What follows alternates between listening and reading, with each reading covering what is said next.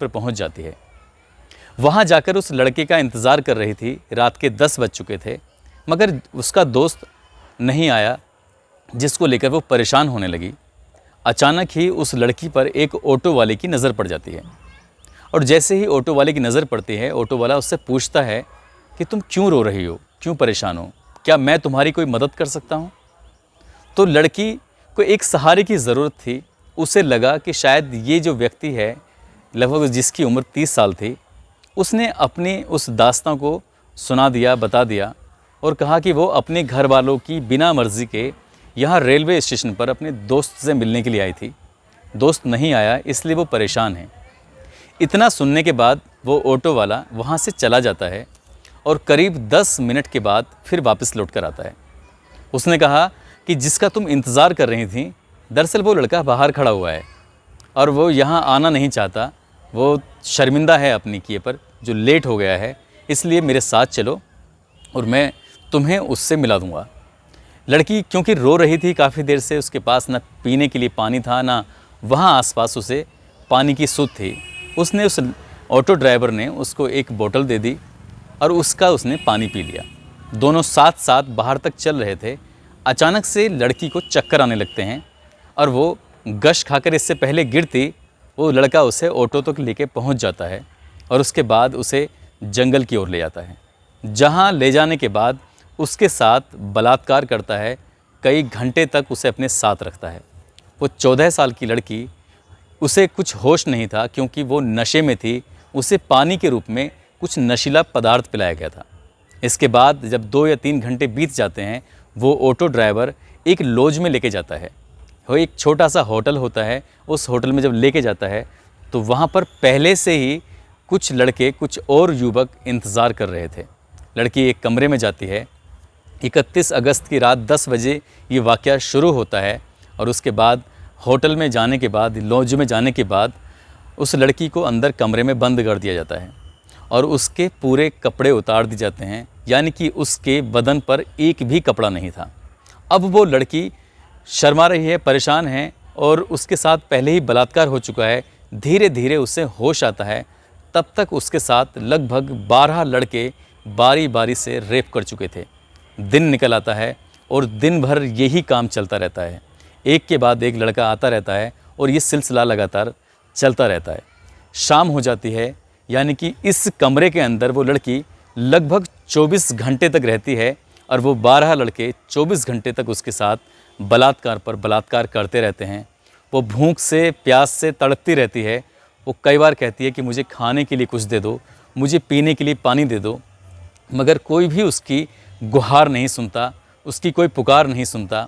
उसकी चीखों की आवाज़ भी उस कमरे से बाहर जा भी रही थी, तो ना जाने क्यों वो होटल मालिक या वह आसपास के लोग उन आवाज़ों को सुन ही नहीं पा रहे थे। ये भी बताया जा रहा है कि उस लड़की को बार बार इंजेक्शन दिया जा रहा था, नशीली चीज़ें दी जा रही थी, जिससे क्या वो शोर न मचा सके। इस बीच उस लड़की ने बार बार रिक्वेस्ट करती रही, माफ़ी मांगती रही, उसे बचाने की गुहार लगाती रही। इन 12 लड़कों में से एक लड़के को दया आ जाती है और उसके बाद ये लड़का उस लड़की को ले जाकर मुंबई के दादर रेलवे स्टेशन पर छोड़ देता है। अब ये आरोपी 12 के 12 ये फरार हो चुके थे। इन्होंने सोचा कि शायद अब वो लड़की चली जाएगी। दादर रेलवे स्टेशन पर जाने के बाद वहाँ 2 सफाई कर्मचारी मिलते हैं और 2 सफाई कर्मचारी उस लड़की की हालत को देखने के बाद उसके साथ बलात्कार करते हैं। यानी कि अभी वो उन लोगों से बची थी कि 2 सफाई कर्मचारियों ने भी उसके साथ बलात्कार जैसी घटना को अंजाम दे दिया। दादर रेलवे स्टेशन के सफाई कर्मचारियों ने उसके साथ बलात्कार करने के बाद अपने पास काफ़ी समय तक रखा और एक ऐसी ट्रेन में बिठा दिया जिस ट्रेन की जो दिशा थी वो उत्तर की ओर जा रही थी। कई सौ किलोमीटर का सफ़र करते करते लड़की चंडीगढ़ पहुंच जाती है। एक कोने में डरी हुई, सहमी हुई बैठी रहती है। इस बीच न जाने कितने लोग आते हैं, जाते हैं, मगर किसी भी व्यक्ति की नज़र उस लड़की पर पहुंची ही नहीं। वो बहुत बड़ी परेशानी से गुजर रही थी। उसकी परेशानी किसी को दिखाई नहीं दी। ये भी किसी ने जानने की कोशिश नहीं की। 48 घंटे से ज़्यादा उसके साथ 12 अलग लोगों ने, 2 सफाई कर्मचारियों ने बलात्कार किया था। उसके साथ इतनी दरिंदगी हुई थी, न जाने क्यों किसी की उस पर नज़र ही नहीं जा रही थी। जैसे ही ट्रेन चंडीगढ़ में जाकर रुकती है, एक जीआरपी का पुलिसकर्मी उधर से निकल रहा था, अचानक उस लड़की को देखकर पल भर में समझ जाता है कि कुछ तो गड़बड़ है इसके साथ। वो उस लड़की से कहता है कि तुम परेशान हो, मैं तुम्हारी कुछ मदद कर सकता हूँ। मगर वो लड़की पुरुष जाति के नाम से डरी हुई थी, घबराई हुई थी, क्योंकि वर्दी में भी तो एक पुरुष ही था। उसे लग रहा था कि हो ना हो ये भी उसे ले जाकर उसके साथ बलात्कार करेगा। वो लड़की चंडीगढ़ उतर जाती है, क्योंकि उस ट्रेन का लास्ट स्टॉपेज जो था वो चंडीगढ़ ही था। अब वो रेलवे स्टेशन पर उतर जाती है और डरी सहमी एक जगह बैठी होती है। मगर वो पुलिस वाला बहुत अच्छा इंसान था। उसने CWC यानी चाइल्ड वेलफेयर कमेटी से संपर्क बनाया। वहाँ की एक महिला अधिकारी तत्काल मौके पर पहुँची, उस लड़की को खाना खिलाया, उसे अपने पास बिठाया और घंटों तक उसको दुलारती रही, पुचकारती रही। एक माँ की भूमिका में उस महिला अधिकारी ने उसका कुछ ही घंटों में दिल जीत लिया। दिल जीतने के बाद उसने लड़की ने अपनी आप बीती बताई और पूरी कहानी घर से निकलने से लेकर और चंडीगढ़ पहुंचने तक की एक एक वाक़या जब बताया तो महिला अधिकारी का रो रो कर बुरा हाल हो गया। और साथ ही जो अधिकारी, जो पुलिस वाला था, वो अलग रोते रोते उसका भी बुरा हाल हो गया।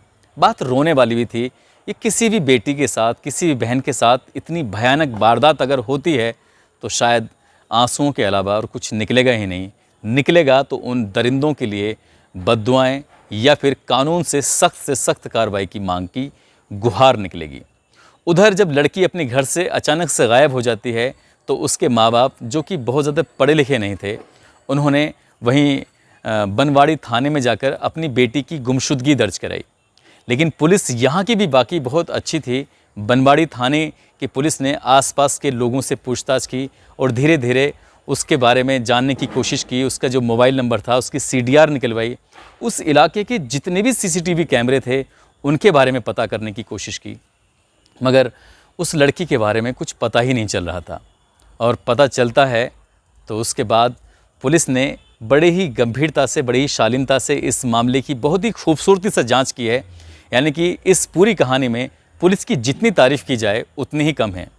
जैसे ही चंडीगढ़ की पुलिस बनवाड़ी पुलिस से कांटेक्ट करती है तो उसके बाद यहाँ से उस लड़की को हवाई जहाज़ के माध्यम से मुंबई लाया जाता है और मुंबई लाने के बाद उसको हॉस्पिटल में एडमिट कराया जाता है।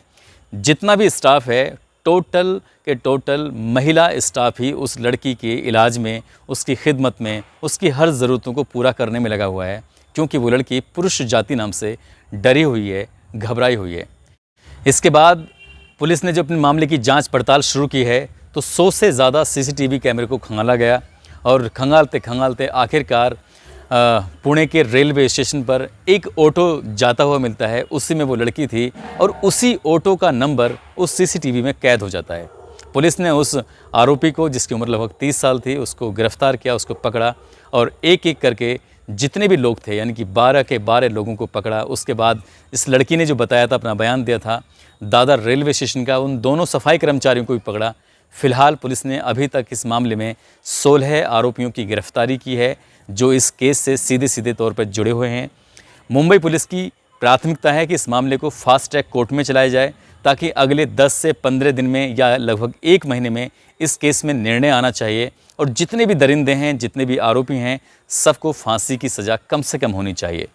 मैं सैल्यूट करता हूं उस पुलिस को जो GRP पुलिस का सिपाही था और मैं सैल्यूट करता हूं उस महिला को जिसने इस लड़की का दिल जीता, जिसने उन लोगों को हॉस्पिटल तक पहुंचाया। और मैं सैल्यूट करता हूं उस पुलिस को जिसने इस मामले को महज 5 या 6 दिन में ही खोलकर सबके सामने रख दिया। ये कहानी आपको ज़्यादा न्यूज़ चैनलों पर या फिर ज़्यादा अखबारों में देखने को नहीं मिलेगी, क्योंकि मीडिया की जो जिम्मेदारियां होती हैं वो कम पूरी कर रही है। वाकई इस खबर को उठाने की ज़रूरत थी, लोगों को सचेत और जागरूक करने की ज़रूरत थी, उस बेटी को न्याय दिलाने की ज़रूरत थी, जो शायद मीडिया इस मामले में दिलचस्पी नहीं ले रहा है।